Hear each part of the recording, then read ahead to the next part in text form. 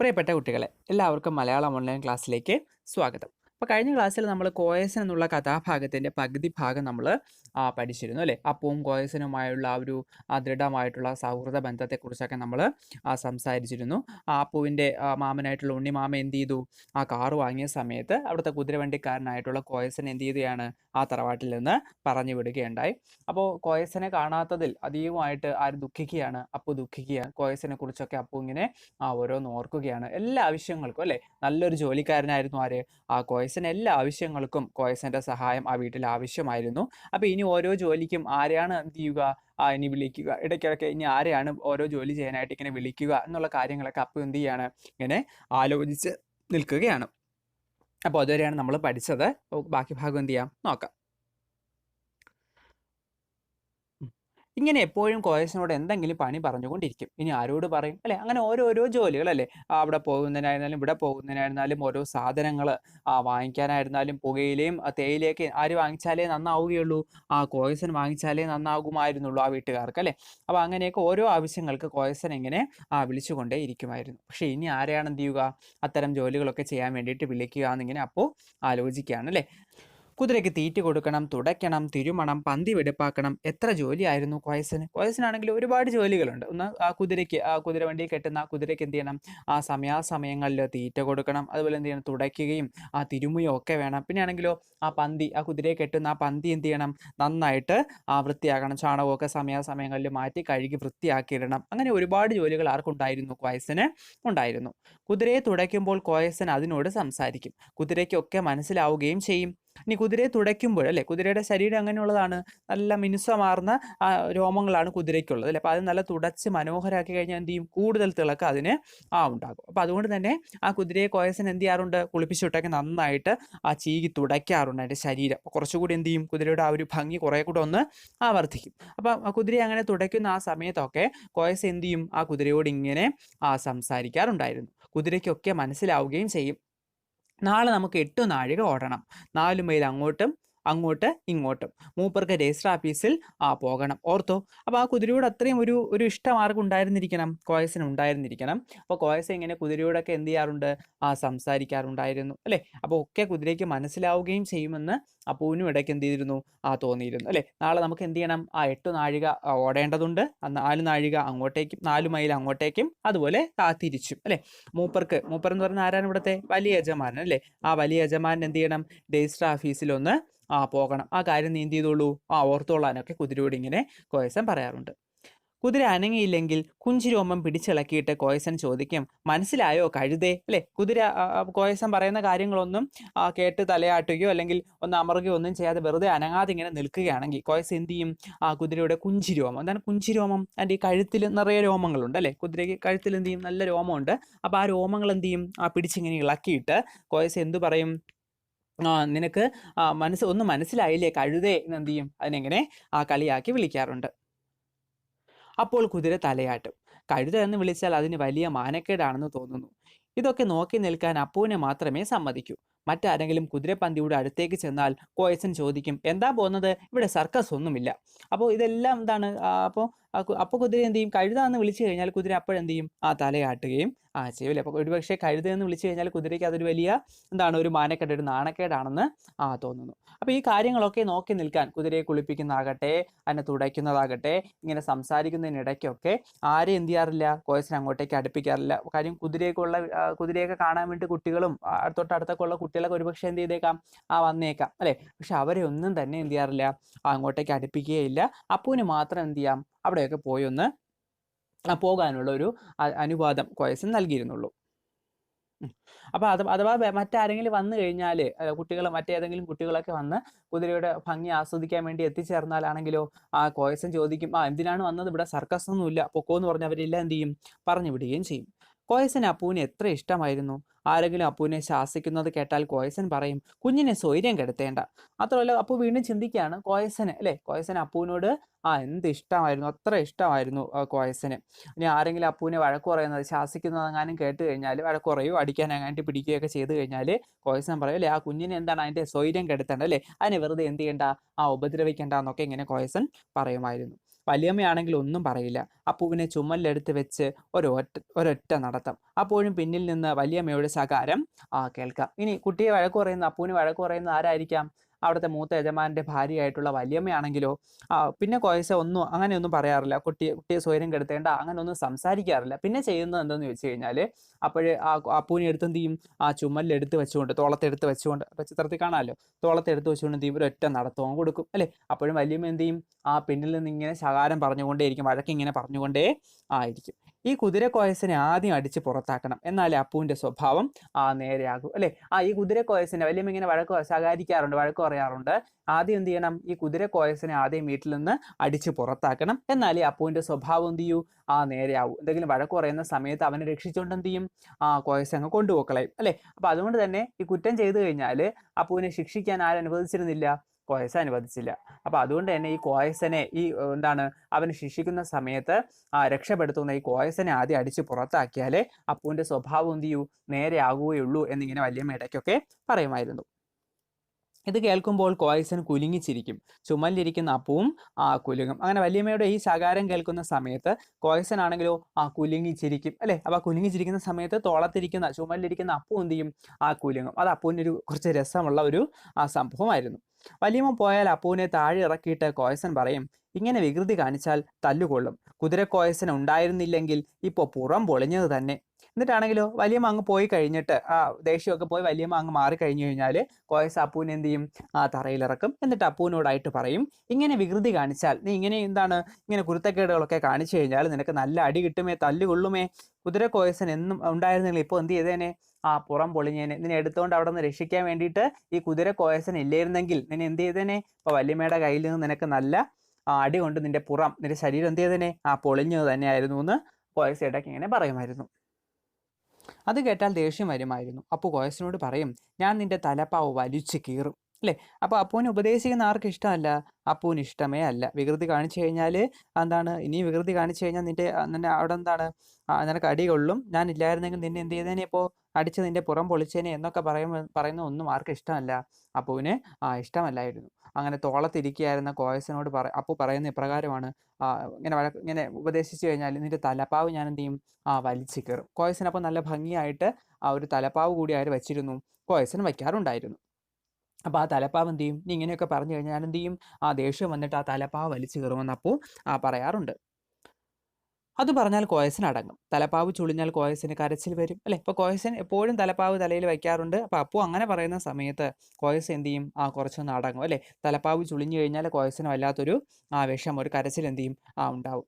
ഒരു തൊപ്പിക്കുടയോളം വലിപ്പമുള്ളതാണ് കോയസിന്റെ തലപ്പാവ്. വളരെ നേരം പണിപ്പെട്ടാണ് അത് കെട്ടി ഉറപ്പിക്കുന്നത് അല്ലെ. കോയസാണെങ്കിലോ ഒരു തൊപ്പിക്കുടയോളം അല്ലെ, കുറച്ച് വലിപ്പമുള്ള രീതിയിലാണ് എന്ത് ചെയ്യുന്നത്? കോയസിന്റെ തലപ്പാവ് എന്ന് പറയുന്നത്. തുണി വെച്ച് ഇങ്ങനെ ചുറ്റി ഉണ്ടാക്കുന്നതാണ് അദ്ദേഹത്തിന്റെ തലപ്പാവ്. വളരെ നേരം പണിപ്പെട്ടിട്ടാണ് ചെയ്യുന്നത്, അതിങ്ങനെ കെട്ടി ഉറപ്പിക്കുന്നത്. തലപ്പാവ് മുറുക്കെ കുതിരലയത്തിലേക്ക് കൂടി കടക്കൂ.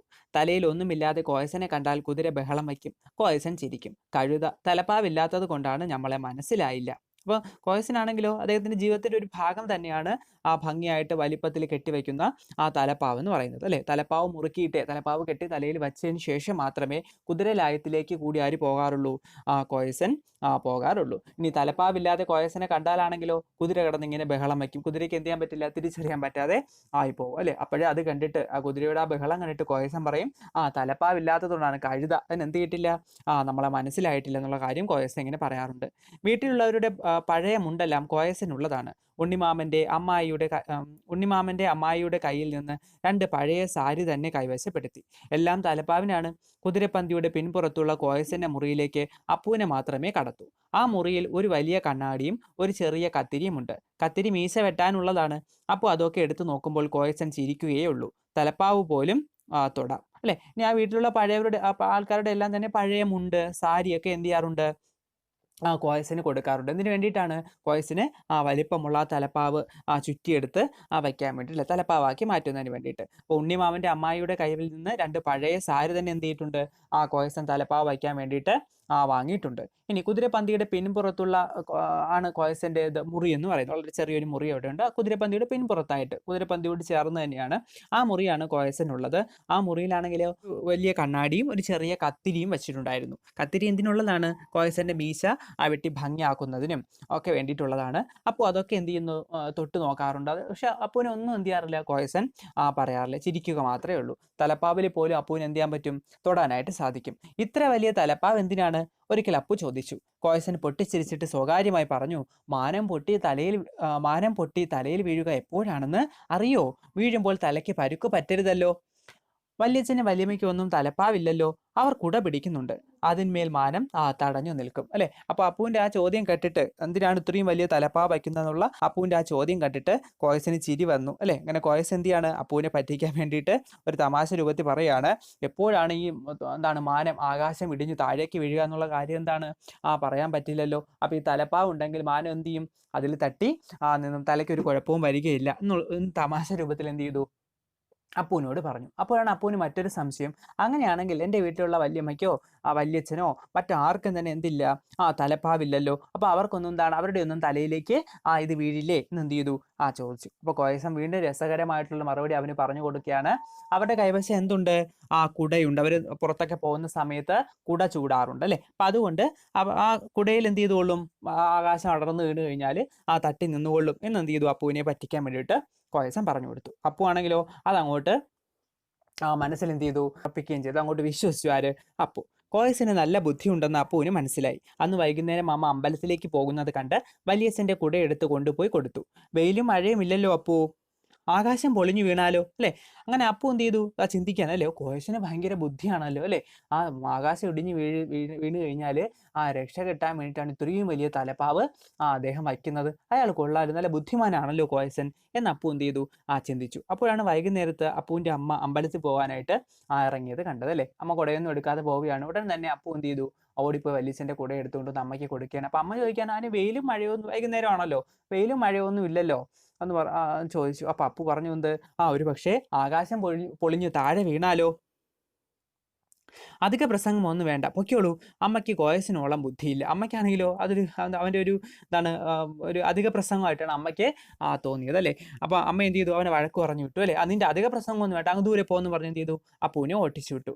അപ്പോൾ അപ്പു ചിന്തിക്കുന്ന എപ്രകാരമാണ്? അമ്മയ്ക്ക് കോയസിനോളം ഒന്നും ബുദ്ധിയില്ല അല്ലേ? ഈ അമ്മ ഇത്രയൊക്കെ ഇങ്ങനെയൊക്കെ നടക്കുന്നേ ഉള്ളൂ, അമ്മയ്ക്ക് കോയസിനോളം തന്നെ ബുദ്ധിയില്ല എന്ന് അപ്പു ചിന്തിക്കുകയാണ്. അന്ന് രാത്രി ഉറങ്ങാൻ കിടന്നപ്പോൾ അപ്പു അമ്മയോട് മാനം പൊട്ടി വീഴാനുള്ള വൈഷമ്യത്തെക്കുറിച്ച് പറഞ്ഞു അല്ലേ? അപ്പൊ അന്ന് രാത്രി അപ്പുവിന്റെ മനസ്സിൽ ഇത് തന്നെയാണ് ചിന്ത. ആകാശമെങ്ങാനും പൊട്ടി വീണാലോ, ആ ചിന്ത തന്നെ അതിങ്ങനെ എന്ത് ചെയ്യാണ്? അപ്പു ഇങ്ങനെ എപ്പോഴും ചിന്തിച്ചുകൊണ്ടിരിക്കുകയാണ്. അപ്പൊ അന്ന് രാത്രി കിടക്കാൻ സമയത്ത് അപ്പു എന്ത് ചെയ്തു? അമ്മയോട് ഈ ആകാശം പൊട്ടി വീഴുന്ന കാര്യത്തെക്കുറിച്ച് എന്ത് ചെയ്തു? സംസാരിക്കുകയുണ്ടായി.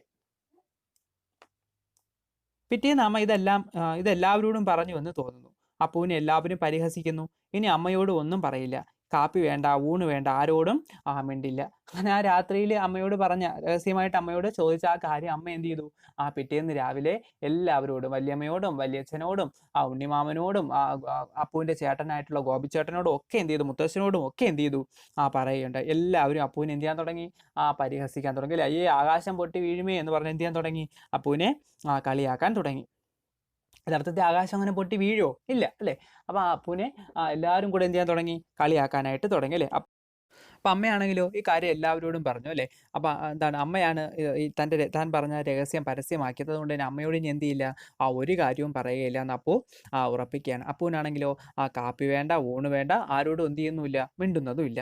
ഗോപിച്ചേട്ടൻ പറയുന്നത് കേട്ടു. അപ്പു നോക്കി നിന്നോ, മാനം വീഴുമ്പോൾ താങ്ങണമല്ലോ അല്ലേ? അപ്പുവിൻ്റെ ചേട്ടനായിട്ടുള്ള ഗോപിച്ചേട്ടനാണെങ്കിലോ ഒരു തക്കം പാർത്ത് നിൽക്കുകയായിരുന്നു അല്ലേ അനുജനെ കളിയാക്കാൻ. അപ്പോൾ അവൻ പറയാണ്, അപ്പു നീ നോക്കി നിന്നോ, മാനം എപ്പോഴാണ് എന്ത് ചെയ്യുന്നത്? താഴേക്ക് വരുന്നത്. അപ്പോൾ എന്ത് ചെയ്യണം? അതിനെ താങ്ങി നിർത്തണമല്ലോ എന്ന് പറഞ്ഞുകൊണ്ട് എന്ത് ചെയ്യാൻ തുടങ്ങി? കളിയാക്കാനായിട്ട് തുടങ്ങി. ഗോപിച്ചേട്ടൻ്റെ കണ്ണടയിൽ ഒരു ഇടി വെച്ച് കൊടുക്കാൻ തോന്നി അല്ലേ? ഇപ്പോഴും അങ്ങ് ദേഷ്യം വന്ന് നിൽക്കുകയാണ്. അപ്പോൾ ചിന്തിക്കുകയാണ്, ഗോപിച്ചേട്ടൻ്റെ കണ്ണാടി നോക്കി ഒരു ഇടി അങ്ങ് കൊടുത്താലോ എന്ന് അപ്പുവിന് തോന്നി. എല്ലാവരും പോയപ്പോൾ അപ്പു കോയസന്റെ മുറിയിലേക്ക് ചെന്നു. അവിടെ കോയസൻ തലപ്പാവ് മുറുക്കുകയായിരുന്നു. അപ്പു മിണ്ടാതിരുന്നു. കോയസൻ പലതും ചോദിച്ചു. അപ്പു മിണ്ടിയില്ല. ഇവിടെ ഒരു സാധനമുണ്ട്, അപ്പുവിന് വേണ്ടേ? ആ ചോദ്യം കേട്ടപ്പോൾ തല പൊക്കി നോക്കി. എന്താണെന്നറിയാം. കുടുക്കയിലെ അരിച്ചക്കരയിൽ നിന്ന് ഒരു തുണ്ട് കിട്ടും. ഒരു തുണ്ടേ കിട്ടൂ, കൂടുതൽ ചോദിച്ചാൽ പറയും, അധികം തിന്നാൽ മീശ വരുമ്പോൾ നരച്ചിരിക്കുമെന്ന് അല്ലേ? അങ്ങനെ എന്ത് ചെയ്യാണ്? എല്ലാവരും കൂടി ഇങ്ങനെ അപ്പുവിനെ കളിയാക്കാൻ. അങ്ങനെ അപ്പു ഒരു ആശ്വാസത്തിന് വേണ്ടിയിട്ട് കോയസന്റെ ആ കുതിരലായത്തോട് ചേർന്നുള്ള മുറിയിലേക്ക് ചെല്ലുകയാണ്. അവിടെ ചെന്നപ്പോഴാണെങ്കിലോ കോയസ ഇങ്ങനെ തൻ്റെ തലപ്പാവ് വളരെ മനോഹരമായിട്ട് ചുറ്റി കെട്ടിക്കൊണ്ടിരിക്കുകയായിരുന്നു, മുറുക്കിക്കൊണ്ടിരിക്കുകയായിരുന്നു. അപ്പോൾ അവിടെ ചെന്ന് മിണ്ടാതെ ഇങ്ങനെ ഇരുന്നു അല്ലേ. കോയസം പല കാര്യങ്ങൾ ചോദിച്ചു. അപ്പോൾ എന്ത് ചെയ്യുന്നില്ല, മിണ്ടുന്നതേ ഇല്ല. അവസാനം അപ്പുവിനെ മിണ്ടിച്ചെടുക്കാൻ വേണ്ടിയിട്ട് കോയസ ഒരു ചോദ്യം ചോദിക്കുകയാണ്. ഇവിടെ ഒരു സാധനം ഇരിപ്പുണ്ട്, അതെന്ത് വേണ്ടേ? അപ്പുവിന് വേണ്ടത് എന്ത് ചെയ്തു? ചോദിച്ചു അല്ലേ. അത് അപ്പുവിന് വളരെയധികം ഇഷ്ടപ്പെട്ട ഒന്നായിരുന്നു. എന്ത്? അവിടുത്തെ കുടുക്കയിൽ സൂക്ഷിച്ചിരിക്കുന്ന അരിച്ചക്കര അല്ലെ, ശർക്കര അല്ലെ. അപ്പൊ അതിൽ നിന്ന് എന്ത് ചെയ്യും, ഒരു ചെറിയ കഷ്ണം അപ്പൂന് എന്ത് ചെയ്യും, കൊടുക്കാറുണ്ട്. പക്ഷെ ഒന്നേ എന്ത് ചെയ്യാറുള്ളൂ, ഒന്ന് മാത്രമേ കൊടുക്കാറുള്ളൂ. എന്നിട്ട് വീണ്ടും ചോദിച്ചു കഴിഞ്ഞാൽ എന്ത് പറയും, അധികം തിന്നു കഴിഞ്ഞാൽ വലുതാകുമ്പോൾ മീശ വരുമ്പോൾ എന്ത് ചെയ്യും, മുഴുവൻ നരച്ചിരിക്കുമെന്നിങ്ങനെ പറയും കോയസൻ. പിന്നെ അപ്പു ചോദിക്കില്ല. അന്നും ഒരു കഷ്ണം കിട്ടി. ഇനി ആരാണ് അപ്പുവിന് അരിച്ചക്കര തരുക? കോയസൻ പോയല്ലോ. അപ്പു കുതിരലായത്തിൽ പോയി നോക്കി. ചുവന്ന ആ കുതിര അവിടെയില്ല, വണ്ടിയുമില്ല. കോയസന്റെ മുറി തുറന്നു നോക്കി. കോയസനില്ല, കണ്ണാടിയില്ല, മീശ വെട്ടുന്ന കത്തിരിയുമില്ല. അരിച്ചക്കര വെക്കാറുള്ള കുടുക്ക ഉടഞ്ഞു താഴെ കിടക്കുന്നു അല്ലെ. അപ്പൊ ഇനി അപ്പു എന്ത് ചെയ്യാണ്, പിന്നെ ഇങ്ങനെ ചിന്തിക്കുകയാണ് അല്ലേ. ഇനി ആരാണ് അപ്പുവിന് എന്ത് ചെയ്യുക, അരിച്ചക്കര, മധുരത്തോട് കൂടിയുള്ള അരിച്ചക്കര ഇനി ആരാണ് തരുക? കോയസം പോയി കളഞ്ഞല്ലോ. അപ്പോൾ അങ്ങനെ എന്ത് ചെയ്തു, സങ്കടത്തോട് കൂടിയിട്ട് കുതിരലായത്തിൽ പോയി നോക്കി അല്ലേ. ചുവന്ന കുതിരയാണെങ്കിലോ കുതിരലായത്തിലില്ല, അതിൽ കെട്ടുന്ന വണ്ടിയും അവിടെ ഇല്ല. പിന്നെ ആണെങ്കിലോ കോയസന്റെ മുറി കൂടി എന്ത് ചെയ്തു, ഒന്ന് തുറന്നു നോക്കി. ഇനി അവിടെ എങ്ങാനും കോയസന് വന്നാലോ എന്നുള്ള ഒരു പ്രതീക്ഷയിൽ ചെന്ന് തുറന്നു നോക്കി. പക്ഷെ അവിടെയും ആരില്ലായിരുന്നു, കോയസൻ ഇല്ലായിരുന്നു. മുറി എന്ത് ചെയ്യാണ്, ശൂന്യമായിട്ട് കിടക്കുകയാണ്. കോയസന്റെ കത്തിരിയോ കണ്ണാടിയോ അവിടെ ഇല്ല. അരിച്ചക്കര വെച്ചിരിക്കുന്ന കുടുക്ക എന്തിരിക്കുന്നു, മൺകലം അല്ലെ, വലിയ മൺകലം എന്ത് ചെയ്യാണ്, ഉടഞ്ഞ് കിടക്കുകയാണ്. അപ്പു തേങ്ങി കരഞ്ഞു.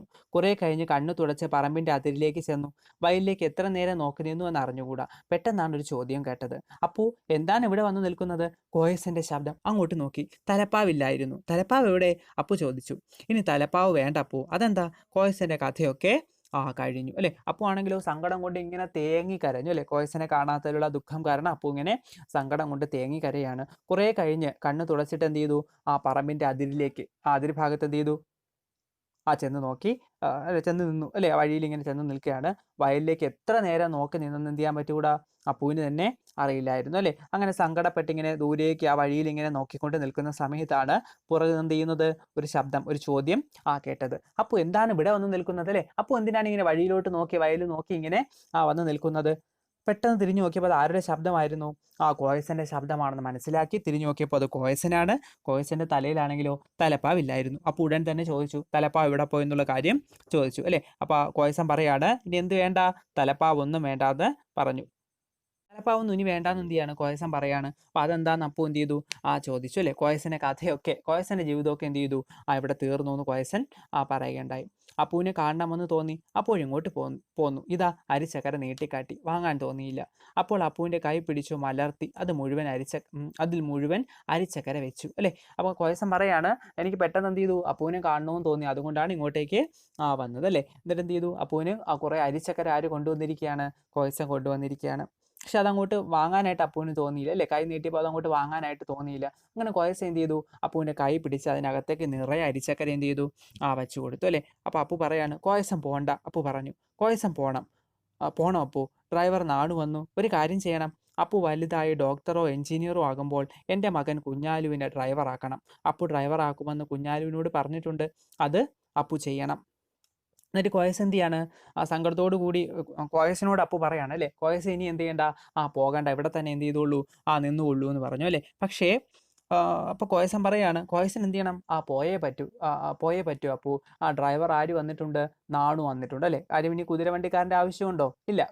കുതിരവണ്ടി ഉണ്ടെങ്കിലല്ലേ കുതിരവണ്ടിക്കാരൻ്റെ ആവശ്യമുള്ളൂ. ഇപ്പൊ അവിടെ അവർ കാറാണ് എന്തിരിക്കുന്നത്, വാങ്ങിയിരിക്കുന്നത് അല്ലെ. പുതിയ കാലത്തിന്റെ പ്രതീകമായിട്ടുള്ള കാറിനെ അവര് കൊണ്ടുവന്നിരിക്കുകയാണ്. അപ്പൊ ഇനി ഡ്രൈവർ നാണു എല്ലാ കാര്യങ്ങൾക്കും ഇവിടെ എന്ത് ചെയ്യും, ഉണ്ടായിരിക്കും എന്ന കാര്യം എന്ത് ചെയ്തു, കോയസ് സങ്കടത്തോടു കൂടി അപ്പുവിനോട് പറഞ്ഞു. എന്നിട്ട് ഒരു കാര്യം കൂടി പറയുകയാണ്, അപ്പു വലുതായി ഡോക്ടറോ എഞ്ചിനീയറോ ഒക്കെ ആവുന്ന സമയത്ത് വലിയ കാറൊക്കെ വാങ്ങുമല്ലോ, ആ സമയത്ത് ആ കാറിന്റെ ഡ്രൈവർ എന്ത് ചെയ്യണം, ഡ്രൈവറായിട്ട് എൻ്റെ മകൻ കുഞ്ഞാലുവിനെ തന്നെ ആക്കണം എന്നെന്ത് ചെയ്തു, കോയസൻ അപ്പുവിനോട് പറയുകയാണ്. കുഞ്ഞാലി ഡോക്ടർ ആയാലോ എന്ന് അപ്പു ആലോചിച്ചു, എങ്കിലും പറഞ്ഞില്ല അല്ലേ. അപ്പോൾ അത് പെട്ടെന്ന് എന്ത് ചെയ്യാണ്, അപ്പു ചിന്തിക്കുന്ന പ്രകാരമാണല്ലോ. ഇനി ഈ പറഞ്ഞ കുഞ്ഞാലി തന്നെ ഡോക്ടർ ആയാലോ അല്ലേ. അവനും എന്താണ് പഠിച്ച, ഒരു പക്ഷേ അവനും എന്ത് ചെയ്യാൻ പറ്റും, ഡോക്ടർ ആവാനുള്ള സാധ്യത ഉണ്ട് അല്ലേ. നല്ല പഠിക്കുന്ന കുട്ടിയാണെങ്കിൽ അവനും എന്ത് ചെയ്യും, ഡോക്ടർ ആവും. അപ്പോൾ അപ്രകാരമാണ് എന്ത് ചെയ്തത്, ചിന്തിച്ചത്. എന്നിരുന്നാലും അതെന്ത് ചെയ്തില്ല, അപ്പു തിരിച്ച് ചോദിച്ചില്ല. അപ്പു ചെയ്യില്ലേ, ചെയ്യാമെന്ന് എന്ത് ചെയ്തു, അപ്പു ഉറപ്പും കൊടുത്തു. കോയസൻ നിറഞ്ഞ കണ്ണു തുടച്ചിട്ട് മടങ്ങിപ്പോയി. അപ്പു കോയസൻ പോകുന്നത് നോക്കിക്കൊണ്ട് നിൽക്കുമ്പോൾ പടിക്കൽ നിന്ന് കാറിന്റെ ഹോൺ കേട്ടു. ഉണ്ണിമാമൻ വന്നു അല്ലേ. അങ്ങനെ കോയസൻ ആണെങ്കിലോ നിറഞ്ഞ കണ്ണു തുടച്ചിട്ട്, കാര്യം എത്രയോ വർഷങ്ങളായിട്ട് ആ വീട്ടിലിങ്ങനെ കുതിരയും ആ വീട്ടുകാരുമായിട്ട് ഇങ്ങനെ ബന്ധപ്പെട്ട് ജീവിച്ചു പോരുകയായിരുന്നു ആര്, കോയസൻ അല്ലേ. പെട്ടെന്ന് അദ്ദേഹത്തിന്റെ ജോലി തന്നെ അവിടെ എന്ത് ചെയ്യാണ്, അവസാനിക്കുകയാണ്. അങ്ങനെ തൻ്റെ മകനെ എന്ത് ചെയ്യണം, കാർ ഡ്രൈവർ ആക്കണമെന്നൊക്കെ പറഞ്ഞ് അപ്പുവിനെ കണ്ട് എന്താണ് നിറഞ്ഞ കണ്ണുകളോട് കൂടിയിട്ട് കണ്ണ് തുടച്ചിട്ട് ആര് പോവുകയാണ്, കോയസൻ തിരികെ പോവുകയാണ്. അപ്പോഴാണ് പെട്ടെന്ന് എന്ത് ചെയ്തത്, മുറ്റത്ത് കാഴ്ച അപ്പു ഇങ്ങനെ നോക്കി നിൽക്കുമ്പോഴാണ് പെട്ടെന്ന് മുറ്റത്ത് കാറിന്റെ ഹോൺ കേട്ടത്. അത് ആര് വന്നിരിക്കുകയാണ്, അപ്പുവിൻ്റെ ഉണ്ണിമാമൻ പുതിയ കാറുമായിട്ട് വന്നിരിക്കുകയാണ് അല്ലേ. അപ്പോൾ ഇത്രയാണ് നമ്മുടെ പാഠഭാഗം എന്ന് പറയുന്നത്. പാഠഭാഗം എന്ത് ചെയ്യുക, പല ആവൃത്തി നിങ്ങൾ ആദ്യം മുതൽക്കേ തന്നെ വായിച്ചു നോക്കുക. എന്തെങ്കിലും സംശയം ഉണ്ടെങ്കിൽ നിങ്ങൾ എന്ത് ചെയ്യുക, നമ്മുടെ വാട്സാപ്പ് ഗ്രൂപ്പുമായിട്ട് ബന്ധപ്പെടുക. അപ്പോൾ പുതിയൊരു പാഠഭാഗവുമായിട്ട് നമുക്ക് എന്ത് ചെയ്യാം, അടുത്ത ക്ലാസ്സിൽ വീണ്ടും കാണാം. അപ്പോൾ അതുവരേക്കും എല്ലാ കൂട്ടുകാർക്കും നന്ദി.